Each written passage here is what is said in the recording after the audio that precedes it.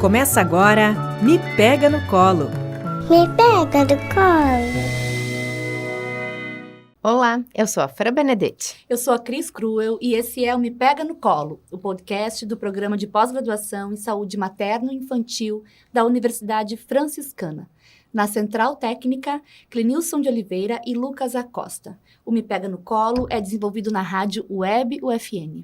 Hoje nós vamos falar sobre o puerpério e o adoecimento psicológico. Então passa o seu café, aqueça a água para o chimarrão, porque hoje nós temos para o nosso bate-papo uma convidada muito especial, que é a Paola Fener. A Paola é psicóloga, mestre em saúde materno-infantil e a sua principal função no momento é mãe da Lívia, de 2 aninhos. Seja bem-vinda, Paola. Muito obrigada.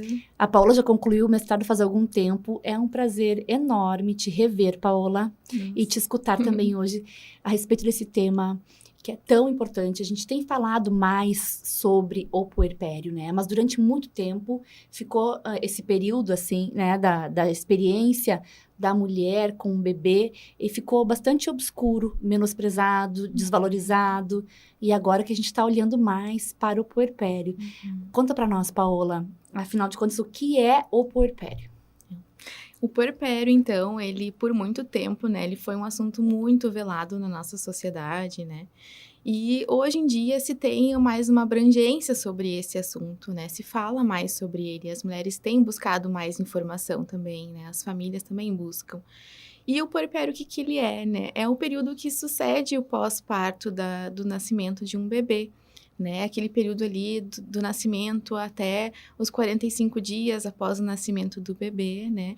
Isso está descrito na teoria, né? No fisiológico, mas hoje em dia a gente já sabe que o puerpério, ele transpassa esse período, né? Ele, hoje em dia, na psicologia, se tem falado sobre até os 2 anos após o nascimento do bebê que a mulher pode vivenciar o puerpério. Porque até os 2 anos ainda se trata de um bebê.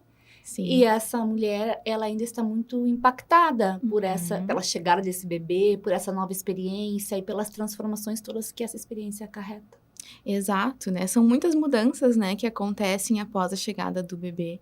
Então, o puerpério, ele não tem como caracterizar ele em apenas 45 dias, né? É muito pouco tempo para isso, né? Então, Vamos parar com essa história de quarentena, de que há 40 dias depois já passou, já tá tudo... Não, esses 40 dias é um tempo estimado, que pode variar, né, para cada mulher, mas de uma involução uterina, quer dizer, de uma resposta mais fisiológica do corpo da mulher, mas isso não significa que ela ainda não esteja, assim, emocionalmente muito, muito impactada por esse nascimento, mesmo após os 40 dias, né? O que significa que o corpo dela já está em melhores condições, né? Em 40 dias, mas o puerpério se estende, então. Sim, ele se estende. E são muitas mudanças, né, que acontecem nesse período, né, como, por exemplo, a volta do corpo, né, o corpo se modificando, existem muitas mudanças hormonais, né, que impactam muito na vida da mulher, principalmente, né, na sua questão emocional, né, então, por isso que algumas maiores dificuldades das mulheres, né, é em se reconhecer, né, nesse novo papel, né, como mãe, né, nessa nova versão da sua vida, né, então por isso que é tão difícil para muitas. Obviamente que isso não ocorre para todas, né, mas na sua grande maioria, sim, né, as mulheres são impactadas pelo puerpério no pós-parto. Né? Então, já sabemos que tem muitas mudanças por aí, né? Mas aí, quais são os maiores desafios desse período todo? Muito se fala, né, que uma das maiores dificuldades, assim, que acontece no pós-parto ali é em relação ao sono, né, a privação de sono, né. O sono do bebê, ele é uma caixinha de surpresas, né, a gente nunca sabe como que esse bebê vai ser o sono dele, como que ele vai reagir, qual vai ser a rotina dessa família, né. Então, uma das maiores dificuldades que as mulheres enfrentam e as famílias, né, também os companheiros, os pais, é em relação ao sono. Isso acaba impactando bastante, né, no pós-parto e na nova rotina dessa família, né, da mulher também. A rotina toda muda, né? Toda. No puerpério. É por isso que Até a alimentação, Exato. a hora, né, do banho, que é tão difícil. Sim. Né? É toda uma rotina diferente, não é? Isso, e muitas vezes as mulheres não conseguem ter uma organização efetiva, né, com esse bebê, porque o cuidado é muito voltado para o bebê, então acaba que ela se deixa de lado também um pouco, também não consegue fazer as suas próprias atividades, né, como tomar banho, se alimentar bem, né, e principalmente se falta uma rede de apoio para essas pessoas, né. E muitas vezes a sobrecarga emocional, né, em cuidar do bebê sozinha, né, dar conta da saúde, né, de banho, de alimentação, né, acaba gerando uma exaustão, né, na mulher em relação a esses pequenos cuidados, mas que são tão importantes, né, ali logo após o nascimento do bebê. Paula, e a gente ouve ainda hoje, né, mas passou o dia inteiro só cuidando do bebê. Só cuidando do bebê. Sim, né? Ainda mais para aquelas que amamentam, né, no peito, em livre demanda.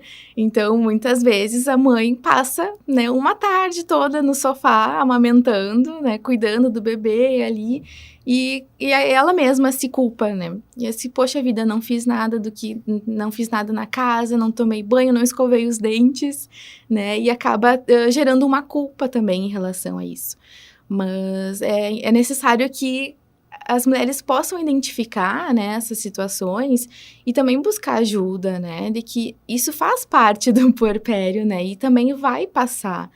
Mas é necessário também identificar esses sintomas para que eles não se agravem, né, e não possam gerar um adoecimento, né, para essa mulher. Mas tu falou uma coisa bem importante, né, da rede de apoio Sim. nesse momento, né, de contar com essa rede para ajudar nesses momentos aí de maior dificuldade, Sim. né? E às vezes a gente observa que mais no início, né, no puerpério ele mais imediato, a rede de apoio parece que está mais envolvida.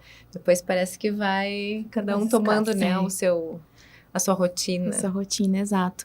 Mas não deixa de ser necessária, né? Então, por isso que é importante também que a mulher comunique, tenha conversas francas e claras, objetivas, né, com toda a sua rede de apoio, para que possam auxiliar ela, né, porque o bebê vai crescendo, as demandas vão modificando, não vai diminuindo as demandas, né, elas permanecem ali e só vão existir de outro modo, né, então por isso que é importante também essa comunicação bem efetiva com a família, né, com as pessoas que estão ali te dando apoio, com o companheiro também, né, então aí é super importante esse diálogo, né, bem franco. Essa cena que tu acabaste de descrever, Paola, da mulher o dia inteiro, a tarde inteira, sentada no sofá, amamentando, e é mais ou menos isso, assim, não dá nem tempo de levantar ou de fazer outra coisa. Isso me fez lembrar de algo que é relatado na literatura internacional com a expressão FOMO, que é Fear of Missing Out, que é como que uma fobia, né, um medo de ficar de fora, de ficar de fora do que está acontecendo. E essa é uma das queixas muito comuns, assim, das mulheres no puerpério, de que, assim, as coisas estão acontecendo e eu tô aqui. É como que eu estou enclausurada, eu não consigo fazer outra coisa. E é claro que, é importante dizer isso, que as mulheres são julgadas também por se sentirem assim. É claro que cuidar de um bebê, tornar-se mãe, pode ser um motivo de grande realização. Mas isso vem acompanhado de uma série de outras perdas, que a gente pode até considerar como formas de luto mesmo, né? Sim. E um deles é isso, de que tem coisas acontecendo fora de casa. As pessoas, se ela já trabalhava, as pessoas continuam trabalhando, se os amigos continuam saindo, as pessoas continuam, né, as coisas continuam acontecendo. E ela fica, durante um tempo, sentindo assim que, poxa, né, eu nunca mais voltarei a ser quem eu era antes, eu tô perdendo coisas. Então, me fez lembrar do FOMO, né, desse medo de ficar de fora, essa angústia que surge porque o mundo continua girando e eu tô aqui horas e dias e semanas envolvida no cuidado com o bebê. Esse é um discurso muito, muito recorrente, né, das mulheres, eu digo na sua imensa maioria, né, que inicialmente, assim, nos 3 primeiros meses do bebê, muitas mulheres relatam esse sentimento, né, que a vida tá acontecendo para todo mundo menos para ela, né? O que ela faz é só cuidar de bebê, né? E também muitas mulheres desejam, né, ter os seus filhos, planejam, mas mesmo assim tem esse sentimento, né? E não pode se culpar em relação a isso, porque é algo É habitual. habitual. Ela pode vibrar, comemorar, ela pode se Exato. sentir realizada com a chegada desse bebê e concomitantemente se sentir, né, triste ou Exato. decepcionada ou angustiada ou com medo, né, e que são emoções que podem estar ali concomitantes. Sim. É. Exato. E daí tem esse quadro, né? O quanto é difícil para as pessoas em geral diferenciarem o que é um quadro, uma condição habitual do puerpério, Sim. do que é uma condição patológica ou que exija maior atenção. A gente tem duas situações que se assemelham e que às vezes é difícil distingui-las, que é o baby blues, né? E a depressão pós-parto, ou até mesmo, às vezes a gente encontra na literatura a chamada depressão materna, porque não é pós-parto, mas ela acontece durante esse período do puerpério, né? E é relativa à experiência do maternar. Como que a gente pode distinguir esses dois quadros, Paola? Baby blues e depressão materna. Eles têm sintomas bastante semelhantes, né? O baby blues, ele acontece logo após o nascimento do bebê, ali, por volta ali a partir do 3º dia de vida do bebê, né? A mulher começa a sentir uma melancolia, uma tristeza, né? Um choro, né? Um sentimento de Sossego, né? E uma emoção que é mais à flor da pele, assim. Eu vejo que as mulheres dizem, coisa mais estranha. Antes, eu não choraria por isso. E agora, eu choro, né? Antes, eu não me irritava com o meu companheiro, ou com a minha companheira, ou com alguém da minha família. Eu não me irritava. Agora, qualquer coisa, eu me irrito. Como tem isso? Parece que a flor da pele, né? Isso. Uma preocupação, né, muito grande em relação ao bebê, aos cuidados do bebê, se está fazendo certo, se não está fazendo certo. Com a amamentação também, né, nos primeiros momentos da amamentação, que para muitas pode ser bastante difícil, para outras pode não ser tanto, né, o bebê pegar o peito corretamente, ter ou não ter muito leite, né, são todas as questões que acabam influenciando para essa melancolia, assim, né? Esse estado mais, um pouco mais triste, né? Um pouco mais de preocupação também. O que eu acredito que diferencia o baby blues da depressão pós-parto é que no baby blues, muitas vezes as mulheres não têm uma certa rejeição ao bebê, né? Ela tem uma conexão, tá criando algum vínculo em relação ao bebê, né? O vínculo mãe-bebê. E na depressão pós-parto, é um fator que fica mais evidente, né? A falta do vínculo da mãe e do bebê, uma certa rejeição em muitos casos, né? Até ideações suicidas, né? Em relação à criança ou a si mesmo, né? E a depressão pós-parto, ela inicia, né? Pode ser concomitantemente com o baby blues, né? Mas ela tem alguns outros sinais, né? Que é a falta de interesse por atividades, né? Falta de interesse em si mesma, né? Perda de apetite ou aumento de apetite, a insônia, a exaustão, né? A sobrecarga, também são fatores que influenciam bastante para que a depressão pós-parto, ela se caracterize. Agora, se for falando, eu fiquei pensando, né? A falta de apetite, ou apetite exacerbado, insônia, eu pensei, isso aí é uma mulher, tipo, normal. Não faz parte. É isso aí. Mas tem uma questão disso, do quão incapacitantes são os sintomas, do quão persistentes eles são e intensos, né? Eu acho que isso é uma coisa... O baby blues não é tão persistente, não é tão intenso e nem tão incapacitante quanto os sintomas de depressão. Na depressão pós-parto, esses sintomas, eles são mais, né, aflorados, são mais evidentes, né, com intensidade maior. Então, quem está de fora, acho que consegue ter alguma percepção, né, em relação a isso. Então, por isso que é importante que a família esteja atenta, né, a essa mãe, essa recém-mãe, né, porque os cuidados dela que ela vai ter com o bebê também influenciam, né, e são importantes. Então, é necessário ter esse olhar voltado para a mulher, para o bebê, para que tenha um desenvolvimento saudável, né, também. Agora, Paula, eu quero só deixar um recadinho para as mães, né, aqui. que se você tá diante do seu bebezinho, recém-nascido, olha para ele e pensa assim, onde que eu fui me enfiar? Por que eu inventei isso para minha vida? Isso não é sinal de depressão. Isso é alguma coisa assim que te coloca numa condição igual e que nem a todas as mulheres. Todas. Porque em algum momento vem esse pensamento de que assim, por que eu fiz isso com a minha vida que estava tão boa, né? E a gente olha para aquela criancinha, né, e pensa, onde é que eu fui me enfiar? Onde é que eu fui me meter? E isso é habitual. Sim. Não é sinal de patologia. É muito comum, principalmente nos primeiros dias, né, de vida do bebê, em que a mudança da rotina, ela é muito drástica, né? Antes você estava grávida, né, tinha uma vida tranquila, né? E depois, com o bebê, é aquele turbilhão de emoções, né? Aqueles cuidados intensos que acaba mudando muito a rotina de todos, né? Da família. Você pode até pensar assim, onde é que está o balcão de devolução? Onde foi que eu peguei essa criança? Eu posso devolver? Se isso passar pela tua cabeça por alguns segundos e depois vai embora... Mas não pode chegar no balcão e devolver. Não. Assim, isso não é uma perturbação do vínculo, né, Paola? Exato. Porque em seguida, ela ai, né? E daí alguém chega a visitar e diz assim, ai, deixa eu pegar ele um pouquinho no colo. Ela fica rosnando pra visita. Quer pegar meu bebê no colo, né? Mas minutos antes ela estava pensando onde que era o balcão de devolução. E agora que tu falaste de vínculo, também acho bem importante a gente comentar que o aleitamento materno pode ser um fator de proteção, né? Para essa depressão pós-parto, né? Mas também tem um outro lado, que durante a depressão pode haver diminuição de produção de leite, né? Pode ter algumas questões e que aí a mulher pode ficar mais preocupada ainda, não é? Exato, sim. E, Paola, nós estamos falando aqui, sabe, com famílias, né, que podem identificar os sinais e que podem distinguir o que é habitual daquilo que merece um olhar e preocupação.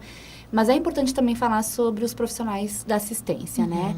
Recentemente, agora em outubro de 2024, tu publicaste um artigo derivado da tua pesquisa de dissertação de mestrado, que era sobre a autoavaliação de profissionais que assistem ao parto e ao nascimento. Então, é sobre a importância de que esses profissionais que assistem ao parto e ao nascimento estejam atentos, estejam vigilantes às suas ações, né? As suas ações de cuidado, de assistência e de atenção. Porque também as recomendações quanto à assistência mudam. Então, merece essa autoavaliação constante e a revisão, né? Me conta, na tua opinião, como que essa tua publicação da tua dissertação de mestrado se articula com o tema que a gente está falando agora sobre o puerpério? Os profissionais da saúde, eles têm um papel fundamental, né, ali no momento do parto, mas, e esse cenário, né, ele repercute na vida da mulher, né. A mulher sempre vai ter a lembrança naquele momento do nascimento, que é tão importante para ela, né, e para sua família, e quando se deixa marcas que não são tão positivas, isso pode repercutir no puerpério, né? A mulher pode ficar muito impactada com as situações que ocorreram e acaba podendo ter alguns sintomas, né, que podem influenciar na depressão pós-parto também.